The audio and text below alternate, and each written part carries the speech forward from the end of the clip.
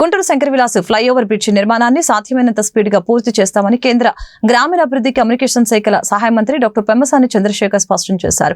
నాణ్యత ప్రమాణాల విషయంలో రాజీ పడేది లేదని ఖరాఖండిగా చెప్పారు. ఈ బ్రిడ్జికి సంబంధించి తనలో ఎలాంటి స్వార్థం లేదని, తల తెగిపడిన పొరపాటు చేయనని అన్నారు. గుంటూరు వాసులు గర్వపడేలాగా అద్భుతంగా బ్రిడ్జి నిర్మిస్తామని ప్రకటించారు.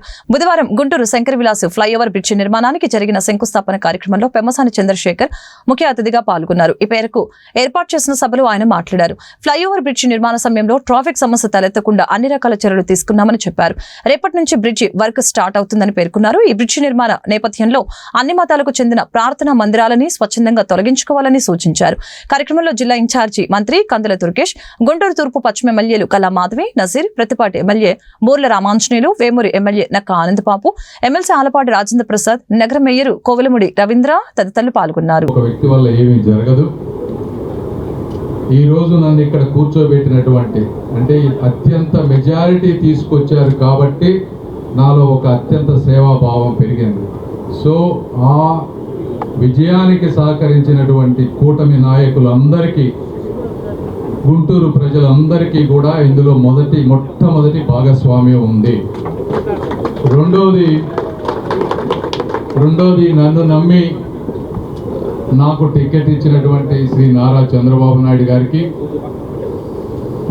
మూడోది నేను అడిగిన వెంటనే పొన్నూరుకు కానీ తెనాలికి కానీ వచ్చి ప్రజలందరి మధ్యలో నన్ను ప్రోత్సహించినటువంటి శ్రీ పవన్ కళ్యాణ్ గారికి కానీ, అదేవిధంగా ఈ ప్రాజెక్టులన్నీ తీసుకువెళ్ళినప్పుడు దానికి ఏమి క్వైరీ లేకుండా వెంటనే ఇచ్చినటువంటి శ్రీ నితిన్ గడ్కరీ గారికి కానీ, అదేవిధంగా ఒక కేంద్ర ప్రభుత్వంలో ఒక వ్యక్తి వచ్చి ఒక ప్రాజెక్టులు చంద్రబాబు నాయుడు గారి చేతుల మీదుగా ఇది శంకుస్థాపన చేయాలని వారి డేట్ కోసం 2 వారాలు ఆగాం.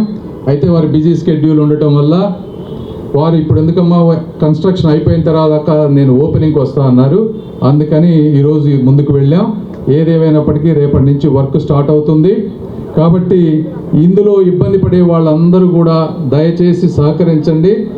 1కి 4 సార్లు మేయర్ గారు, కమిషనర్ గారు విని మీకు ఎటువంటి చేయాలన్నా కూడా అవన్నీ కూడా చేస్తూ ఉంటాం. అదేవిధంగా ఈ ప్రాంతంలో మీరు గుంటూరు ప్రజలను నేను కోరేది ఏంటంటే, ఇక్కడ నాకంటూ ఏమీ స్వార్థం లేదు. జీవితంలో దేవుడు ఇవ్వాల్సినవి అన్నీ ఇచ్చాడు.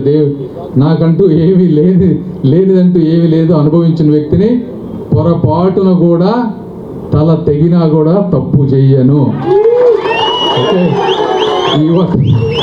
ఈ ఒక్క నమ్మకం పెట్టుకోండి. సాధ్యమైనంత వరకు గుంటూరు ప్రాంతాన్ని నా శక్తి మేరకు మా ఎమ్మెల్యేలను అందరినీ కలుపుకొని అద్భుతంగా నగరంగా తయారు చేస్తాం.